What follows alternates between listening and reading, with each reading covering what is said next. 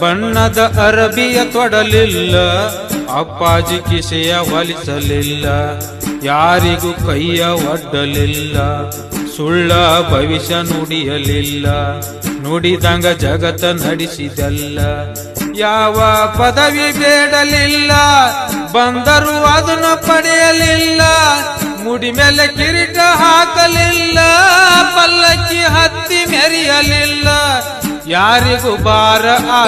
ಕಾಮಧೇನು ಮನದವರು,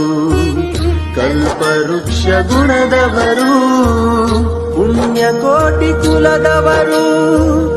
ಜಗದ ಶ್ರೇಷ್ಠ ಗುರು ತಾವು,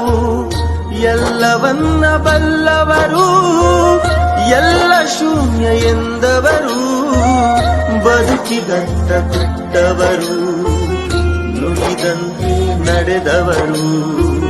ಬದುಕಿ